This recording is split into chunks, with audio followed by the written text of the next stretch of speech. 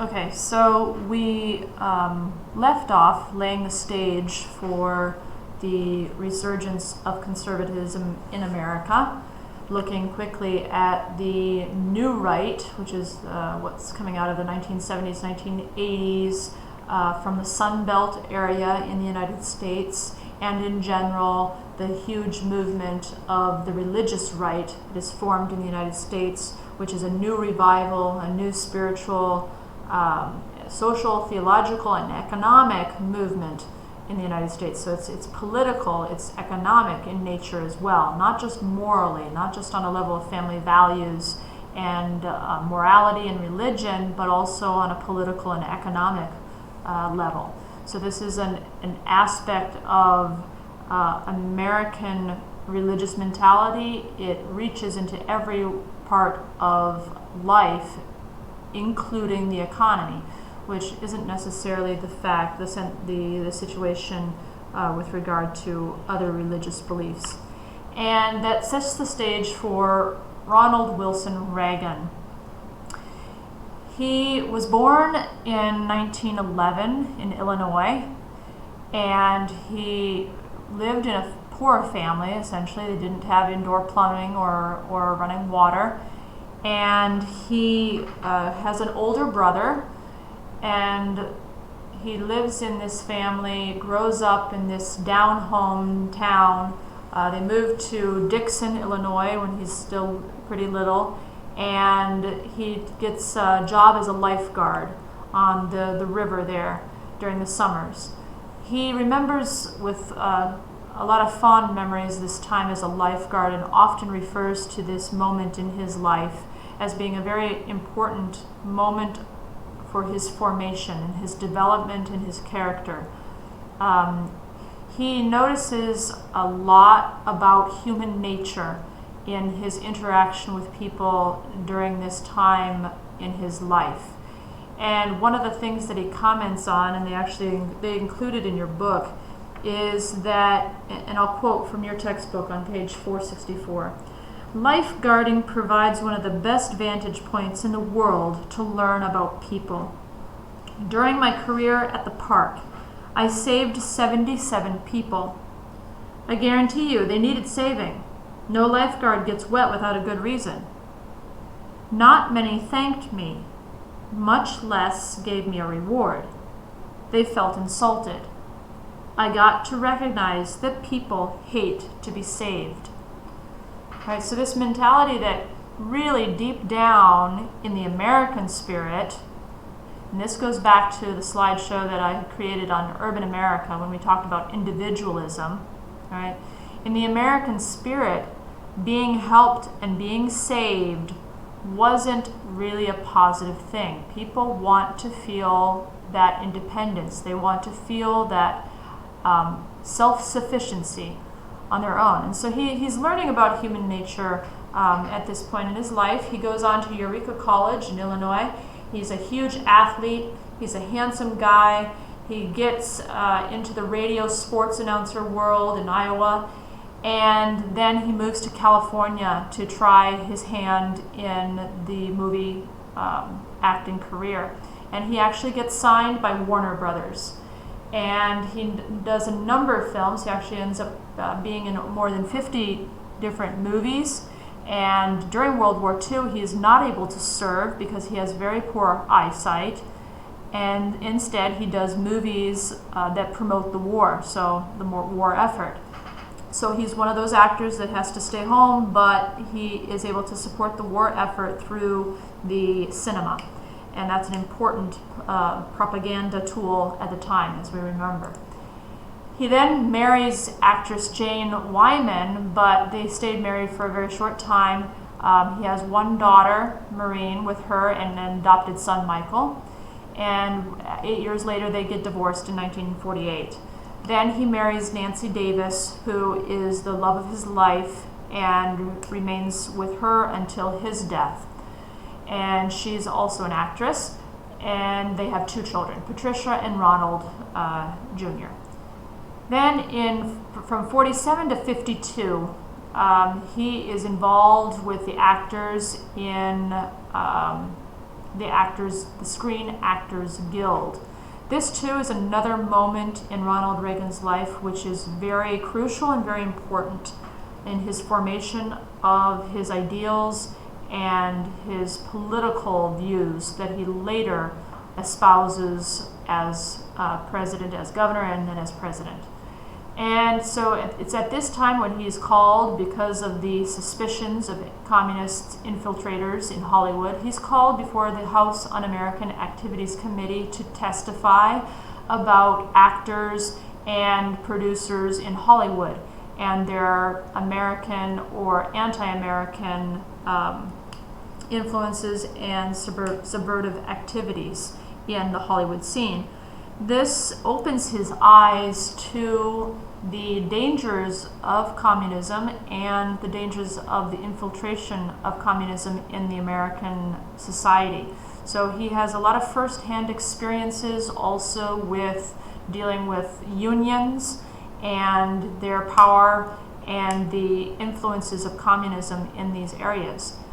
He then goes on to promote General Electric through a whole campaign, television campaign, and here he has an opportunity to travel all over the United States. This is what I would consider the third most important experience in Ronald Reagan's life for the formation of his conservative ideals later on, because right now, as a young man, he would have considered himself a liberal. He was part of the Democratic Party, and it was not until later on that he switched in the 1960s and became a Republican and moved towards the conservative side. So he had experience on both sides of the aisle, if you will. It's a term that we use in America, the aisle being the aisle in the House of Congress, where the right is divided from the left. But this touring around the United States opens his eyes to the common American and their needs, their concerns, and their desires, what they really want out of life, what they really want out of their government, what their real ideas are about freedom, individualism, and independence and government control. So he gets a lot of first-hand experience with Americans from all walks of life and from all over the United States. Not just a limited mentality from the area that he's living in now, which was Hollywood at the time, and therefore was also very different from the vast majority of what Americans were living at the time. It was not a common experience, the experience of living in Hollywood. So he was able to touch and to feel firsthand what the American mentality was all over the United States. And so this leads him, in fact, to start changing his views about politics and moving from the left, the Democratic side, to the right, the Republican side, and he becomes a Republican in the early 60s.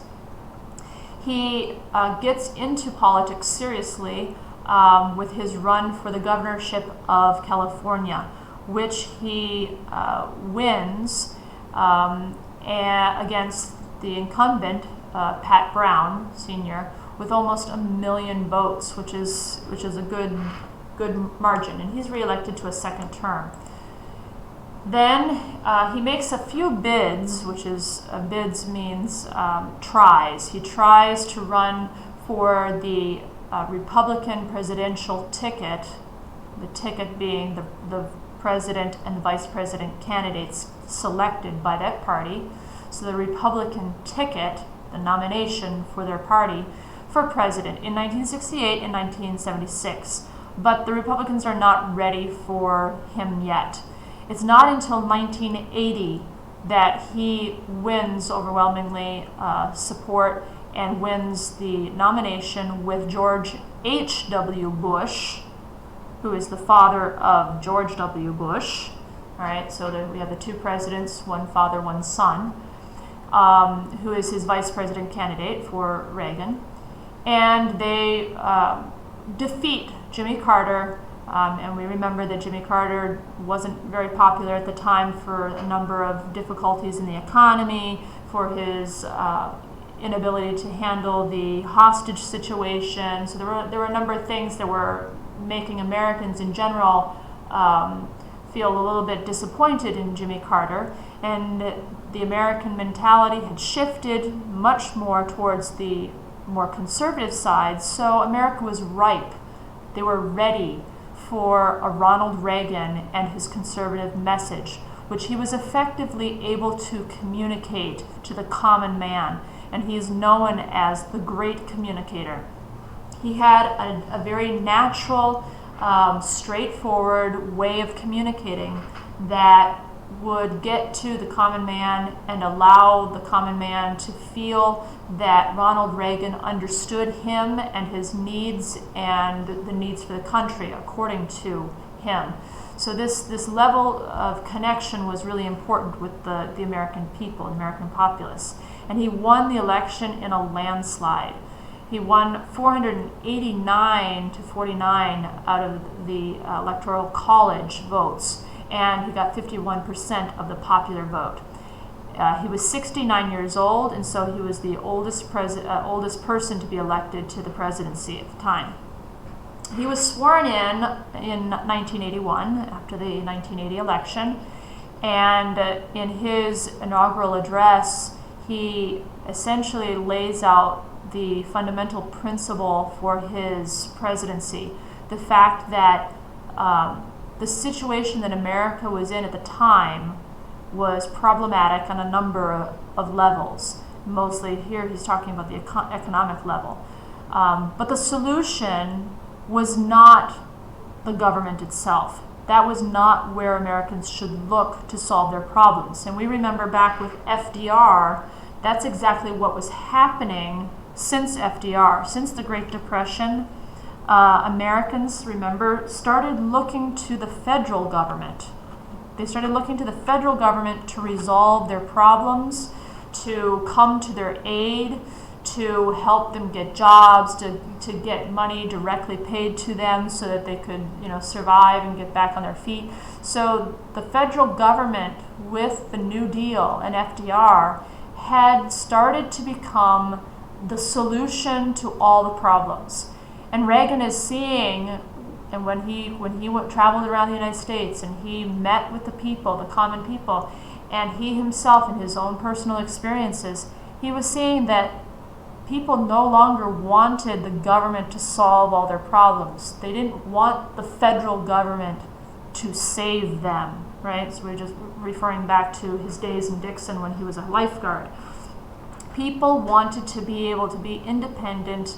They wanted to have the principle of subsidiarity govern the situations and the difficulties in their lives. So what does that mean? Look to the closest level for help and for any needs that you might have, and try to get on your own 2 feet by yourself, right? The government is not the solution to the problems. The government is the problem. The government is now so involved in everyone's life that there are no longer the freedoms that they once had, the American people.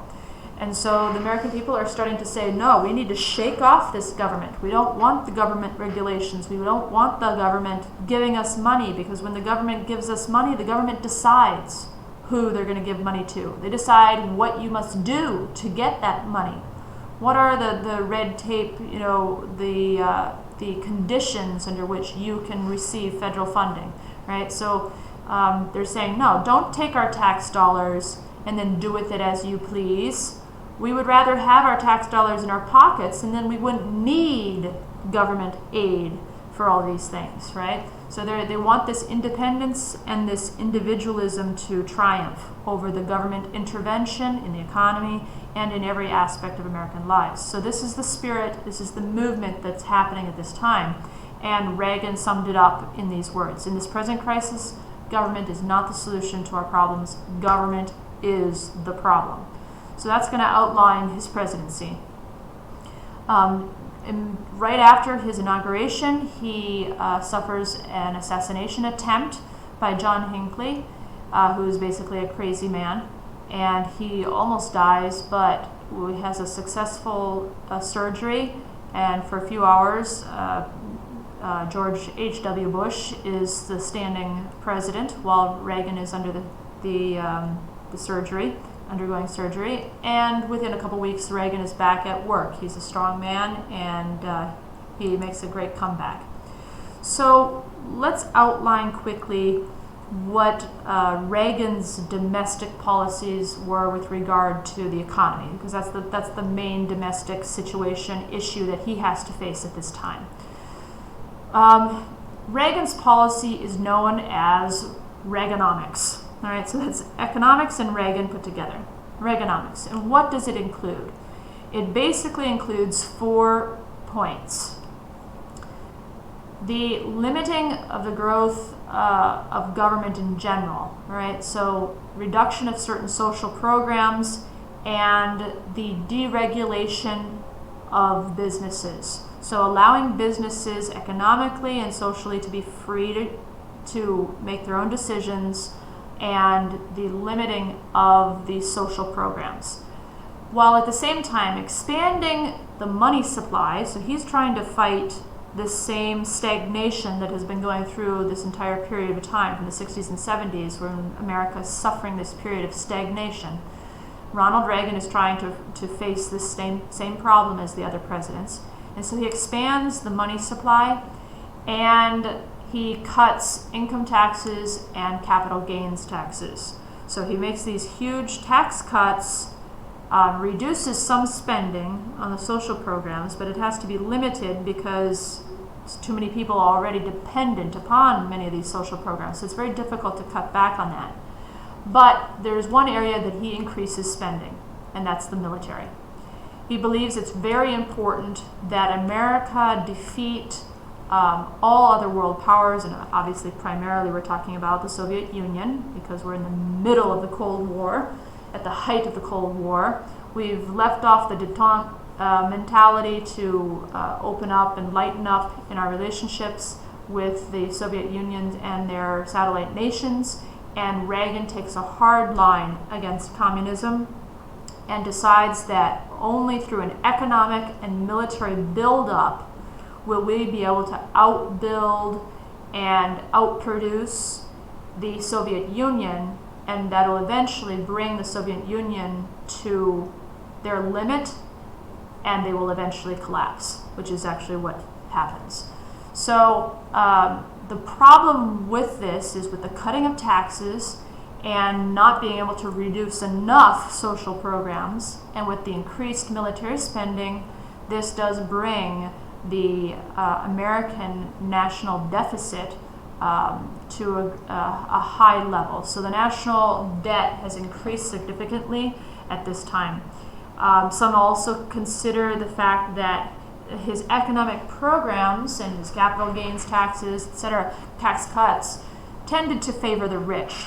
However, both he and Margaret Thatcher, who is the prime minister at the same time in Great Britain, and we'll look into her a little bit more thoroughly later on, both of them tend to sustain the same economic principle.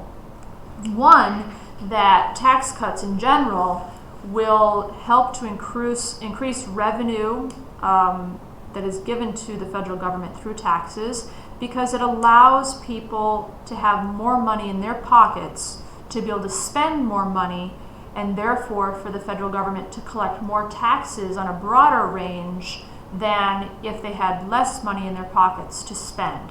So it's this supply side economics where although you're reducing taxes, there is the idea that really the income to the federal government would increase because people would spend more money and there would be more taxes in general collected. And the second major principle with regard to favoring the rich over the poor.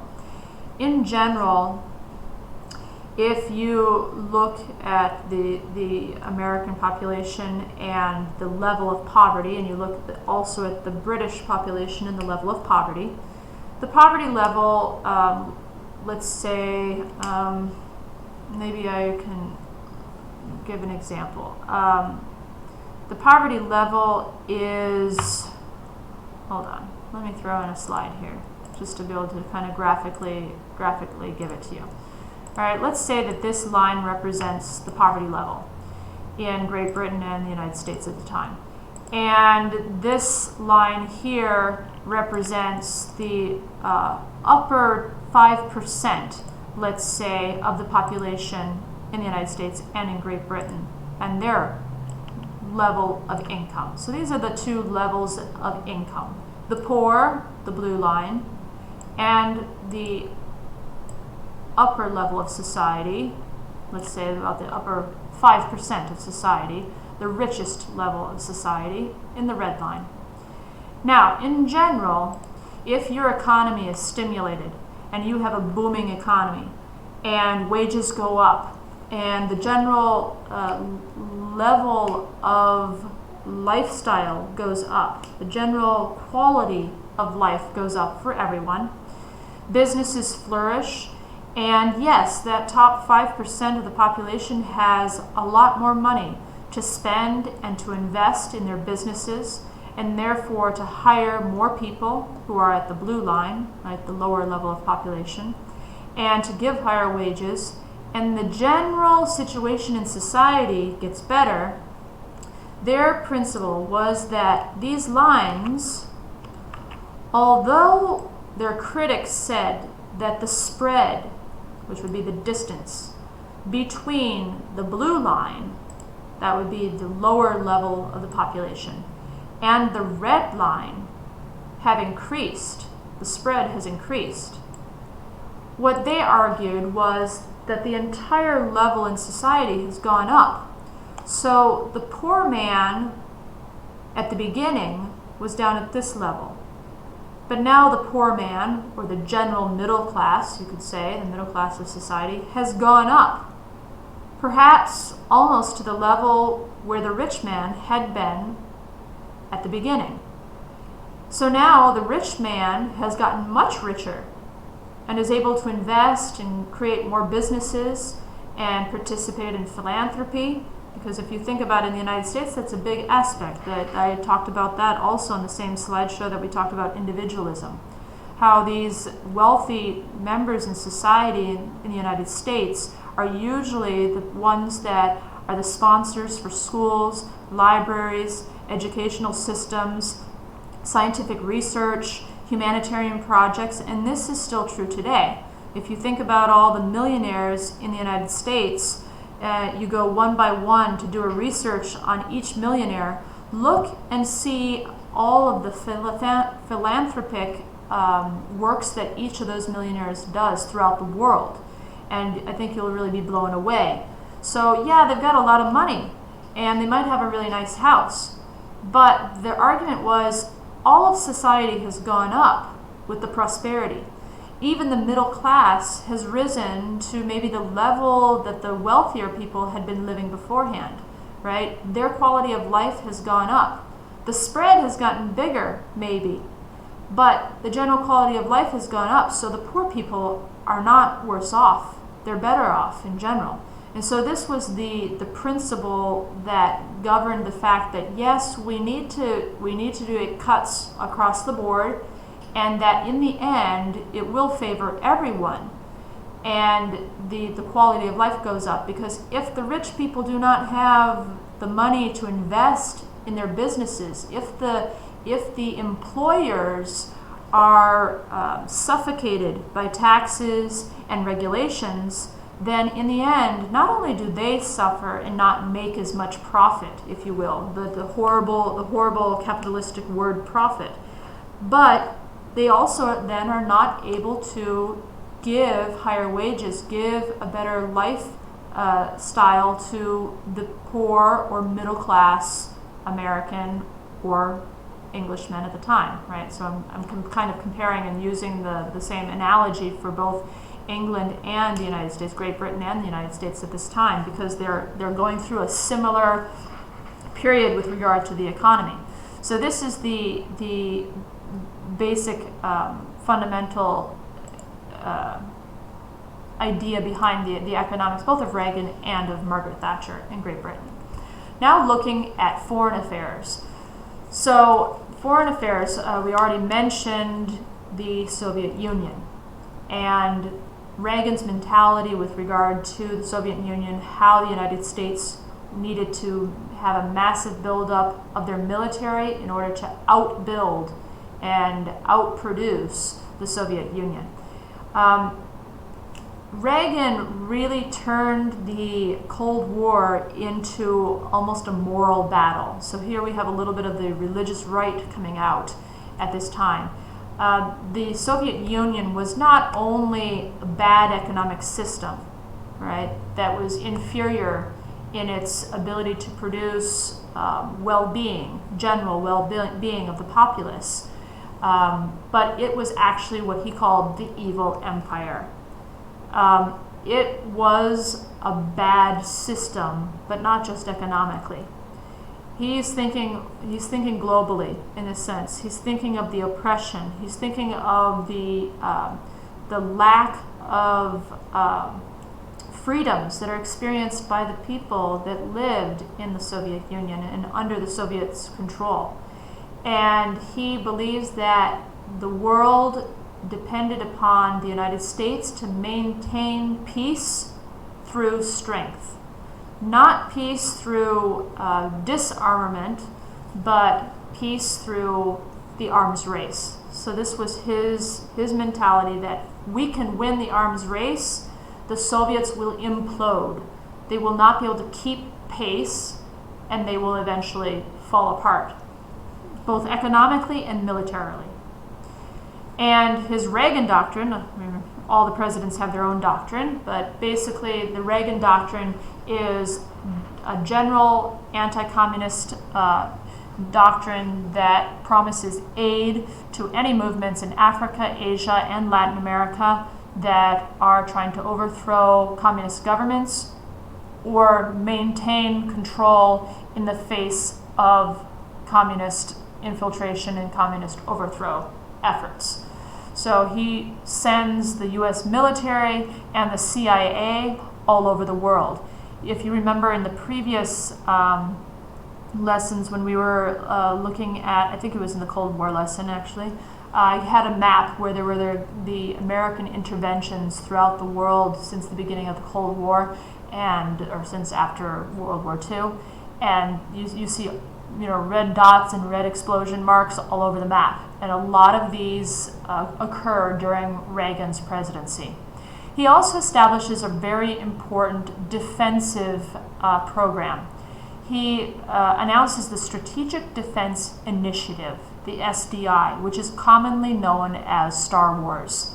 This would have been a satellite-based defense system that would be able to shoot down nuclear missiles before they arrived in the United States, before they hit their target. So this would be a defensive system that would have effectively eliminated the Soviet nuclear threat, right? Because we're at the brink. Remember, we have brinkmanship. We have this brinkmanship, this idea of bringing to the brink, to the edge of the cliff of nuclear war. And off and on during the Cold War, the United States and the Soviet Union are basically at the limits of launching a nuclear war. And what would happen in a nuclear war? Well, if both countries went all out in a nuclear war, basically both countries would have been eliminated from the map. And let's be completely honest. America would not have been able to stand, and neither would the Soviet Union have been able to stand. And so the key to eliminating this threat would be able to shoot down the missiles one of the other before they actually arrive at their destination. Otherwise, it would have just been a race to see who could blow up more cities more quickly.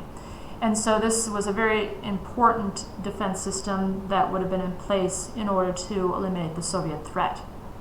Other major areas of invasion and intervention were Lebanon, where international peacekeeping force led by the United States tried to drive back the Israeli forces that invaded Lebanon in 1982. And then there was an attack on the Marines in Beirut in 83. And Reagan invades Grenada in the Caribbean after the Marxist government overthrows the Marxist rebels overthrow the government there. This is a very touchy issue because Grenada is part of the Commonwealth of Great Britain. And so this was a very difficult moment between the United States and Great Britain, and Margaret Thatcher was not very happy with Reagan's move at this moment, but he felt that he had no other choice given the circumstances. And the United States was able to restore peace and democracy in Grenada. And then in Libya, the United States had to face off Gaddafi there. So there were tensions all over the world, but these are some of the key areas where Reagan intervened militarily, and where American lives were lost specifically. In 1984, Ronald Reagan was very popular as a president. What he was doing was what the American people wanted, and he won in a landslide. He took 49 out of the 50 states and received almost all the electoral votes.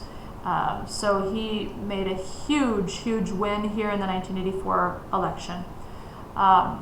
He gave a sense of hope to the American people and a sense of confidence.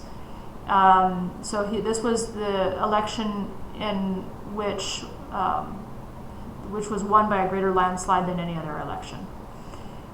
However, during this time period, 2 years after this re-election, a scandal surfaced, which is called the Iran-Contra affair. And what happened? There's two world situations that are involved in this Iran-Contra affair. On the one side, we remember that Reagan is supporting anti-communist movements all over the world. One of the areas where there were anti-communists fighting to maintain control of the government was in Nicaragua. And these anti-communists were called the Contras. And they were battling the Sandinista government in Nicaragua, and Reagan wanted to support them.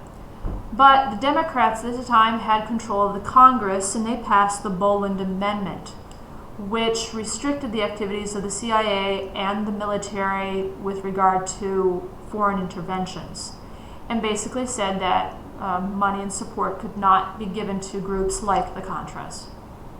At the same time, a different situation is taking place in the Middle East.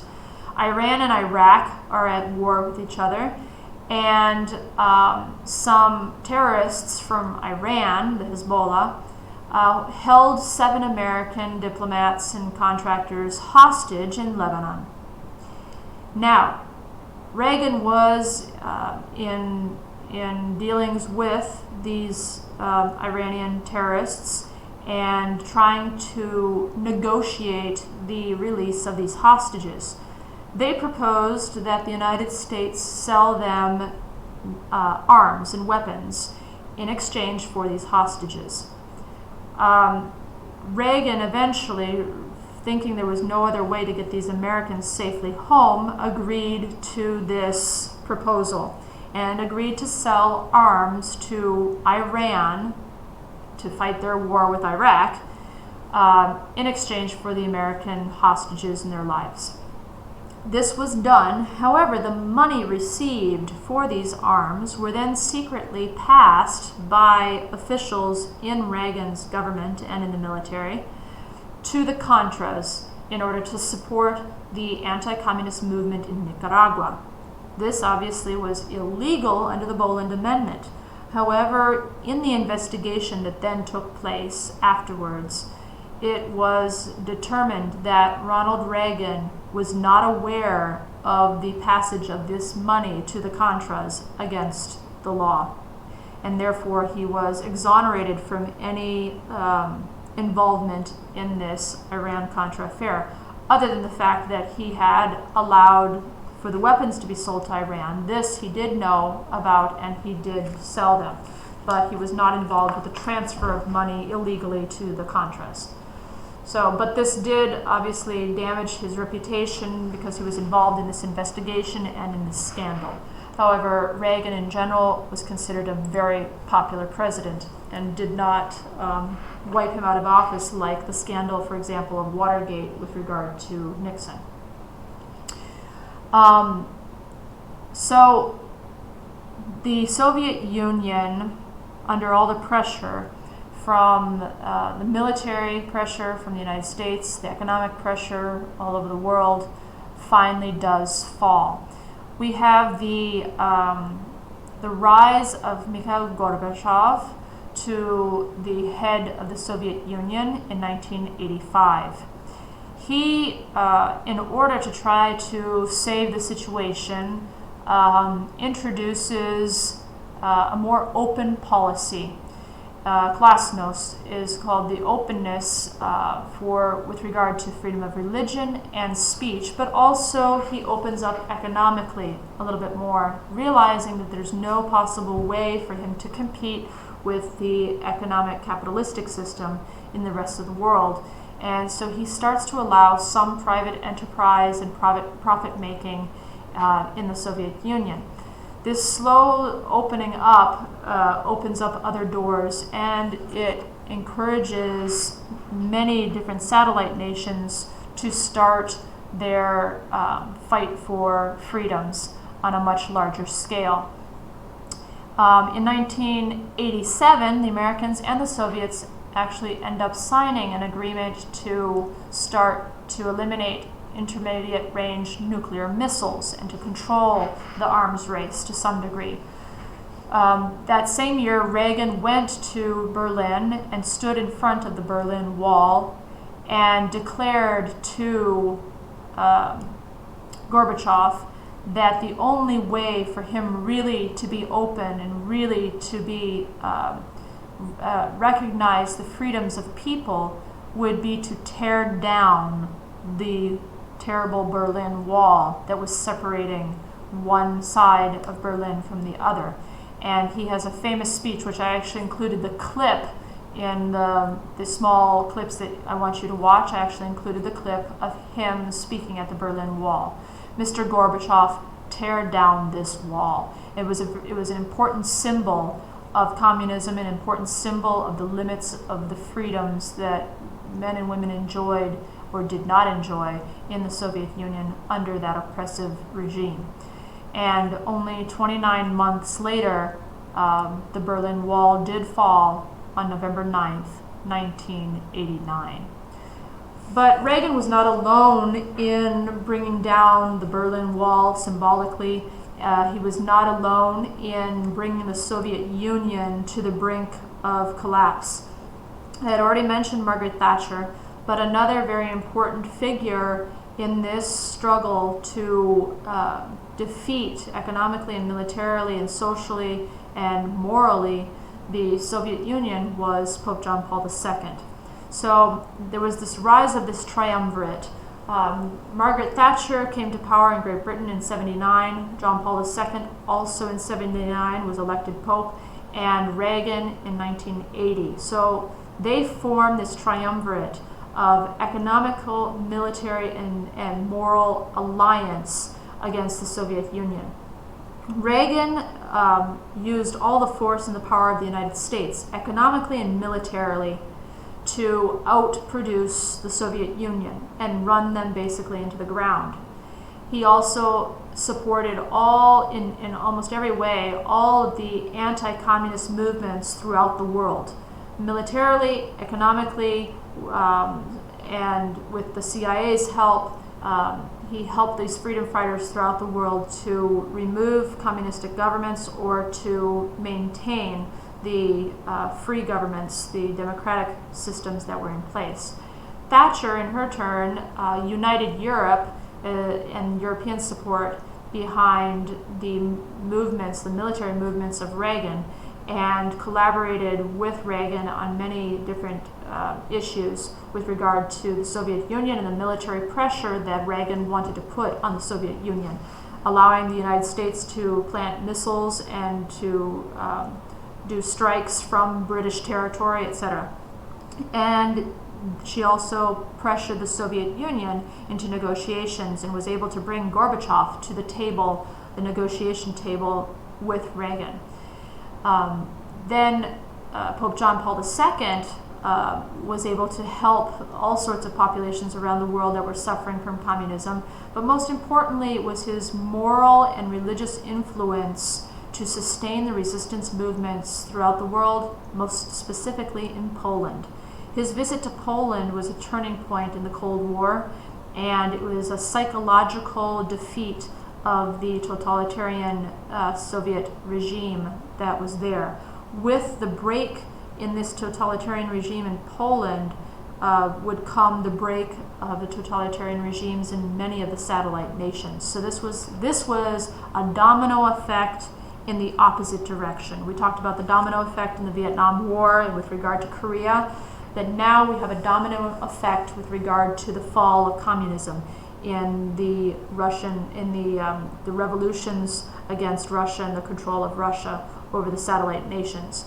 And so all three of these great figures recognized the psychological battle that they were in, the ideological battle that they were in with the Soviet Union, and they recognized the importance also of the public pulpit, most especially thinking of John Paul II and his ability to weaken and undermine the arguments of collectivism and to encourage the spirit of resistance, specifically in Poland, with the Solidarity movement, which was particularly successful in breaking communism in that country and then later giving the inspiration to other countries throughout Eastern Europe. 11 years later, after the rise of these three individuals to power, the Berlin Wall falls and the Soviet Union collapses and the Cold War ends. I put a last note at the bottom here because it then plays out later on with the presidency of George Bush, the senior. With the fall of communism and the subsequent cutback in military spending, the United States, U.S. economy starts to slow down, and that will have its effects on the next presidencies. So this is a quick look at the map in Eastern Europe after World War II during the Cold War. So we have the map from 1949 to 1989 and all of the countries in the Soviet Eastern Bloc, which are under Soviet control. And then in 1991, after each country with their own revolutions are able to overthrow the Soviet control and become free again and democratic nations. A quick mention of the pop culture. So what's going on in America other than Reagan and the Cold War, etc., and the economic situation? Okay, this is the period of what we call the yuppies, which are usually white, upper class people with the mentality of a college education, good paying job, good taste, etc. They're young urban professionals, and we have a moment in movies, and MTV is born at this time. So now not only do Americans have television, but they've got cable television, so they've got color television in their homes. Music videos and music artists are made very popular through these MTV shows.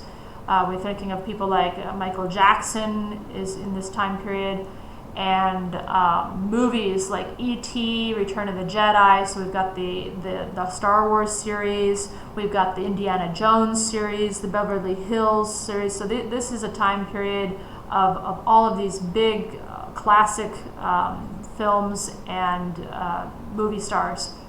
Rap becomes a very important form of music at this time and very popular. Also, heavy metal comes into existence with the famous bands like Metallica and Guns N' Roses, which probably some of you actually still listen to. So we're coming into a period of time, that the 1980s, that sometimes here and there you can see the comeback of the 1980s with regard to certain styles and also with regard to music. And some of the movies that were produced during this period of time are still considered classics. So this is has a huge influence even today on society. I'm sure a lot of you are still listening to Michael Jackson, for example. I've put in a number of short movies to give you guys a sense of this time period, a sense of the importance of this triumvirate and then bringing down to the Soviet Union. Literally, these films are between 2 and 3 minutes, so it looks a little bit daunting, but there's 6 of them and they're only 2 or 3 minutes each. So they shouldn't be too challenging to follow. But it gives you an idea of this time period and the importance of these 3 individuals for the fall of the Soviet Union. And the movie, the last one on the list, The Revolutions of 1989, gives you a little bit of a picture into the struggles of all these satellite nations to get back their freedom. So I thought they were all very important little films to give you a sense, a taste of what this struggle was really all about. And with that, I will close. And we will hear from Costanza on the Gulf War with George Bush Sr.